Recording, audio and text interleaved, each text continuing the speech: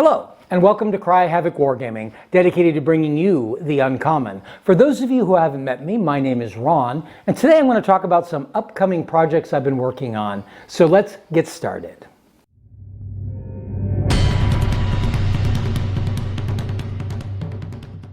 For various reasons, I'm having a couple problems coming up with a normal program for this week. So what I'm going to do is talk about some of the projects I've been working on and things that I have upcoming, some of which will be future videos. Before I get started though on that, I would like to talk about an event. Last year, with the coming of COVID and with the closing of a number of shows, when that was all starting, the Paint All Your Minis gentlemen decided to put together an online convention, the first of several online conventions that ended up occurring throughout the last year. This was called PATMOCON.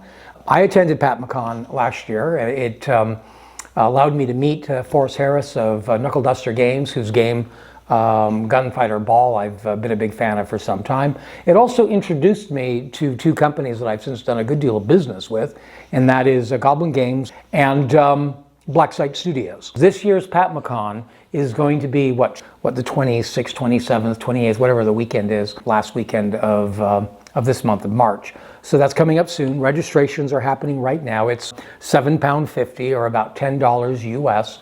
It's all handled by way of a Discord. I'm going to include a link here, probably in the comment section down below, possibly on the screen, we'll see. A link towards the PATMOCON video, which also gives a link towards the registration page and talks in a little bit more detail about what PATMOCON is. PATMOCON is a great event. I really enjoyed it last year. Raises money for a charity, but it also helps provide business for a lot of those businesses, those vendors that keep us able to do this hobby, that are suffering because of the lack of shows and the closing of events and how that's affected their world. So I hope many of you will at least watch the video and consider taking this opportunity to participate in PATMOCON. If you do, I hope I'll see you there. I'm going to apologize first. This is not something I usually do. I hope you enjoy it. It's going to be a little different than normal, but I'm going to talk about a couple of games and things that I've been working on. The first two I don't actually have here represented, but I am working on painting an army for Two Fat Lardies, Infamy. I'm working on a Caesarian army for that. But the things I have with me right now, one is a brand new game, just recently released. It's Baron's War. This was part of a Kickstarter, their second Kickstarter. Their third Kickstarter is starting, I think, in like 2 weeks. It's called like Death and Taxes or something, and it's dealing more with locals and visitors, and there's buildings and things like that. The Baron's War is a very interesting medieval skirmish game. It was created to help support and use the figures by Footsore Games. Just absolutely beautiful line of figures. I haven't had a chance much to play with it, but it's a good looking book, small scale, beautiful, beautiful images, nice art in the book. Looks very interesting, and with very little adaptation, it can be used for other periods. It's written for the Baron's War in England, which is what, 1215. There's probably going to be some extensions and changes allowing it into other periods later, but you could do that already with it without much work. In fact, a friend of mine is using it for 100 Years' War. Zona Alpha. Many of you have probably heard of Zona Alpha. Zona Alpha is one of the new blue books by Osprey. It's very much like a near future Frostgrave. You're basically going into various exclusion areas, collecting valuable military goodies that are left behind, or even stranger alien artifacts, and fighting some of the creatures that are left over in these exclusion zones. What the exclusion zone or what causes it can vary. It could be Chernobyl or some nuclear event. It could be an alien space wreck. That doesn't matter. It's up to you, the player. If the author claims not to have been based on Roadside Picnic, but most people believe it is. There's a movie called Stalkers, which has a similar exclusion vibe, but not nearly as much combat and guns. In fact, there's no guns in that. There's also a series of games, Metro 2035, and those all have a similar feel. The game is written with the thought that you might do this exclusion zone in Russia, but I've seen it done. Guerrilla Games does it set in Canada, because that's where he's from, so you could move it to other places. We're doing Russia. It's an interesting little game. Again, as I said, it very much feels like Frostgrave or something. The idea is sort of modern or near modern. Some people are doing it with a Cold War vibe, so it's actually 70s, like the movie Stalker. And that's kind of an interesting idea too.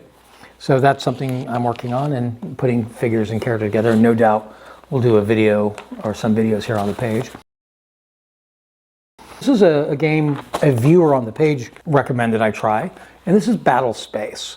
This is a War Games Vault sort of game. So you can see right now it's just a bunch of loose papers. I don't even have it bound in any way, shape, or form.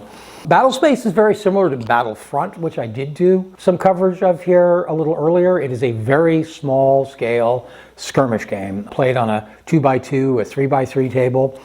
Unlike Battlefront, this is written to be a solo game. It is card driven. It uses cards for the different characters which come with it.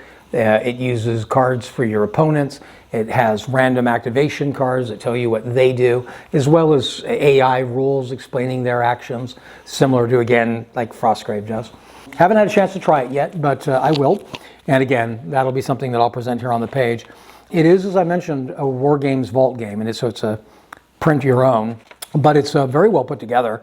I don't know if you can see these images. There's a lot of color images, usually involving what look like real soldiers. I have a feeling the author may be a soldier, but I'm not sure. Color images of some games here. Very straightforward set of rules. Looks like it may be a little simpler. This one I found by accident, sort of. This is Irregular Wars, a conflict at the world's end. And what I mean by finding it by accident, this is Nicholas Wright, 2014, he wrote this game. Nicholas Wright has a brand new game out, and that's getting a lot of attention in various places right now, and it's a fantasy game. It's called Fantasy Battles. This basically looks to be the same sort of rules as Fantasy Battles. I think Fantasy Battles grew out of this. But this is set up for doing asymmetrical conflicts in the 16th and 17th century. So think of like conquistadors in Mexico or in South America, or the Elizabeth English soldiers in Ireland, or Jacobean soldiers in either up in Massachusetts and Connecticut for King Philip's War, or in the area I live in, Anglo-Powhatan War. So various things like that. And there's even like Chinese armies and things like that in here. It's a simple system for large scale, and by large scale I mean it's not a skirmish game really. This is an old-fashioned sort of rank and file kind of game, but still smaller than a lot of those were. Very much the same size if you look at any of the videos. I can't find any videos for this game, but there's plenty of videos for Fantasy Battles, and you'll see the kind of scale that's played on. It has neat rules in there for who actually shows up. When you build your army, you have these choices of units available, but it doesn't mean they're actually going to be there for your game. Because a lot of the people in this period were volunteers. There's a lot of illness problems, and like in the campaign game, you have to check and see the health of your army to see who's actually present. Very interesting and enjoyable looking game. And I got this mostly because I live here in Virginia, in the area where the Anglo-Powhatan Wars were fought. I have an ancestor who fought in King Philip's War. I've long had interest in those things, and I'm hugely interested in the conflicts between Elizabeth and King Philip of Spain. And some of the crazy heroics that are going on. And this game actually looks like it carries a little bit of that feel in a way that I would not have expected so much in a rank and file game as opposed to, say, a skirmish game. So I'm really excited by giving this a try. So we'll see what happens with that one. Another game I've been thinking about for some time that I finally bought. This is again War Games Vault. This is War by Sale. This book, I am so glad I invested in this. Whether I actually end up playing it or not, I don't know. But it is stunning. It is beautiful. You may also notice that even though I said it was War Games Vault, this is a soft cover printed copy. I didn't print this myself. I hate printing my own versions of these things, and right now my only color printer is unreliable. That game I showed you earlier, part of why I haven't really experimented with it much yet, is I have huge blank spots on the sheet because my printer's so bad. I did this one print on demand. That was an option available to me, and I took it, and it is beautiful. It was well worth the money. I don't remember what I paid, but it wasn't, I think it was like $20. It wasn't much. I should probably mention that the other one, Battlespace, was only like $8. None of these games I'm talking about were free, but many of them were not expensive. Something that's really interesting about this game is it's for naval combat. He claims you can do fleets or individual ships. Well, I'll see if that works. Often difficult for a game to do both. And right now I'm really more concerned in the idea of doing small, like frigate actions in the American Revolution or maybe in 1812. The real reason I bought this was for neither of those, but because it's naval combat 1550 to 1815. And I have long been interested in 16th century naval combat. I would normally be worried by a set of rules that was trying to cover such a wide period as this.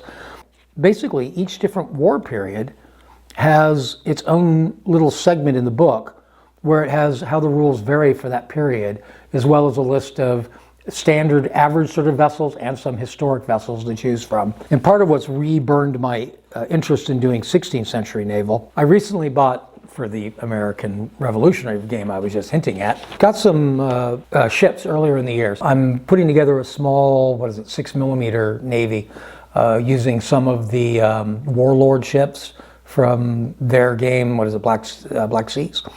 And a handful of ships I ended up having to go farther. And I found a company in Germany called Hagen that makes these just stunning pewter ships in 6mm. And it took me a long time to get them because of COVID. But I did. I got them, and they're just absolutely beautiful castings. And I noticed recently that they also do Elizabethan ships in that scale. So that's a project that I'm looking at working on. But I'm going to at least try the rules with the ships I have. I bought the ships with the Presidents with using Too Fat Lardy's game, Kiss Me Hearty.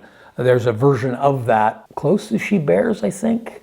Chris Stossen, an American who sometimes writes for Too Fat Lardy, he writes extension to Kiss Me Hearty, which allows it for playing with smaller vessels, sloops, schooners, frigates at the largest, and in a smaller scale, which is just perfect for the naval war of the American Revolution in this vicinity. So that's what I've got those ships for, but I'm going to try it with these rules as well and see how that works. Next, Burrows and Badgers. This is something I've been working on or thinking about for years. I don't know why. This is anthropomorphic animals. Think like Redwall. I've never read those books, so I don't really know what it drew me to this, except possibly that the miniatures for it are just stunning.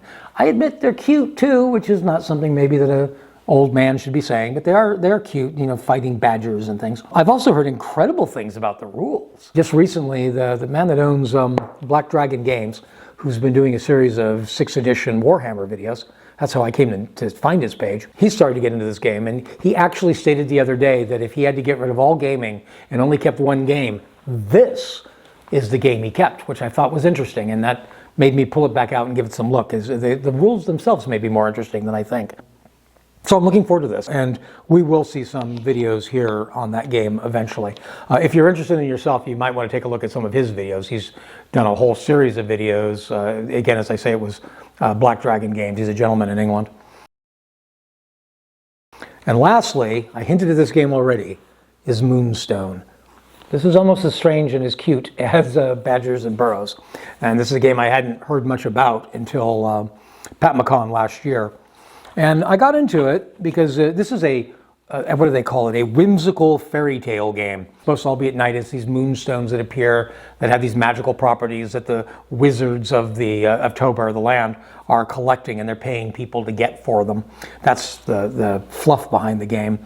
But the miniatures are just amazing, particularly if, like me, you're a fan of the artwork of Brian Froud, who wrote a series of books about goblins and elves back in the 70s. He did a lot of the artistic design for Labyrinth with David Bowie and Jim Henson's Dark Crystal. You may recall that several years ago. If you imagine his work combined with, say, Terry Gilliam of Monty Python, particularly stuff like Baron Munchausen. In fact, Baron von Fancy Hat in this looks like Baron Munchausen. So strong looking connection. If you really like that artistic vibe, then this game has a really interesting look for you. It's a really whimsical, odd fairy tale game, made even stranger by the mechanics of this game are pretty clever. The dice in this game are not used to determine mechanics. They're used as the objectives in the game. They are the Moonstones. The gameplay and mechanics is all run by two different mini games within the game.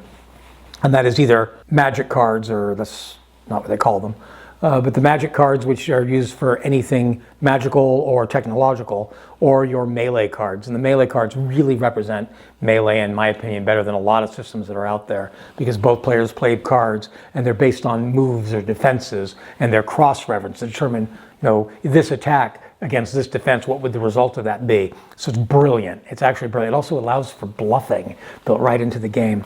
So this is a really intriguing game, beautiful figures. I'm going to definitely do a video or two on this game very soon on this channel, probably right after I do the Battlespace one.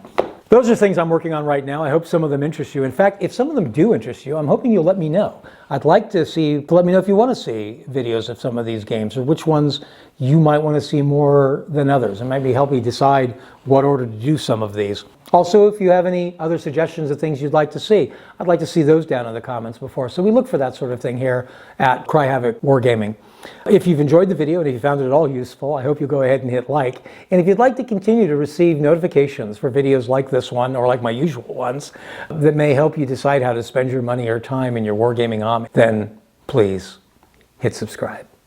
Until next time, cheers.